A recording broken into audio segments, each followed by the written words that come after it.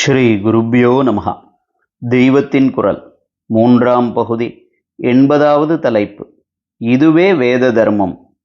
மேல் நாடுகளில் பெரிதாக ஸ்தாபன ரீதியில் இன்ஸ்டிடியூஷனலைஸ் செய்து பரோபகார பணிகள் செய்கிறார்கள்.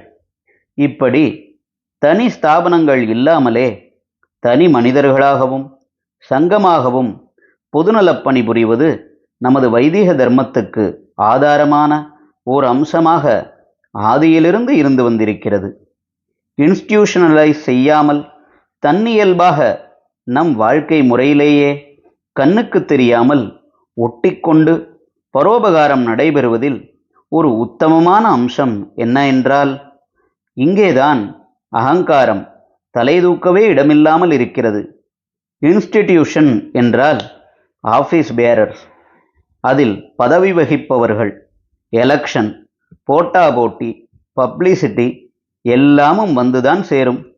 அதனால்தான் நான் சங்கமாக செய்ய வேண்டிய அநேக பணிகளை சொல்கிற போது கூட இதற்காக தனி ஆர்கனைசேஷனும் ஆஃபீஸ் பேரர்ஸும் வேண்டாம்.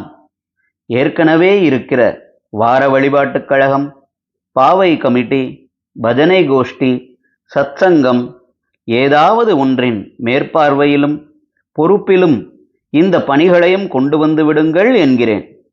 ரொம்ப பெரிசாக திட்டம் போட வேண்டாம், அவசியத்துக்கு அதிகமாக வசூல் பண்ண வேண்டாம் என்றெல்லாம் நான் எச்சரிப்பதற்கும் காரணம், இப்படி பெரிசாக கால் வைத்தால் முதலில் இதை செய்யும் நம் ஸ்தாபனத்துக்கு பப்ளிசிட்டி தேட வேண்டி வரும்.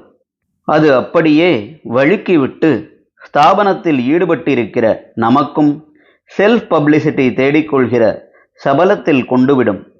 ஆண்டு விழாவில் நாம் வரவேற்பு சொல்ல மாட்டோமா, வந்தனோபசாரம் சொல்ல மாட்டோமா, வருகிற முக்கியஸ்தர்களுக்கு மாலையாவது போட மாட்டோமா, போட்டோவிலாவது தெரியும்படி நிற்க மாட்டோமா என்று இப்படியெல்லாம் மனசை அலையச் செய்யும். அதாவது அகங்காரத்தை அழித்து கொள்ளவே ஏற்பட்ட பொது தொண்டு நேர்மாறாக அகங்காரத்தை விருத்தி செய்கிறதாக விபரீத ரூபம் எடுத்துவிடும். தான் இருக்கிற இடமே தெரியாமல் தன் காரியம் மட்டுமே தெரிவதுதான் தொண்டின் லட்சணம். இதனால்தான் தர்மே க்ஷரதி கீர்த்தனாத் என்று சொல்கிறது.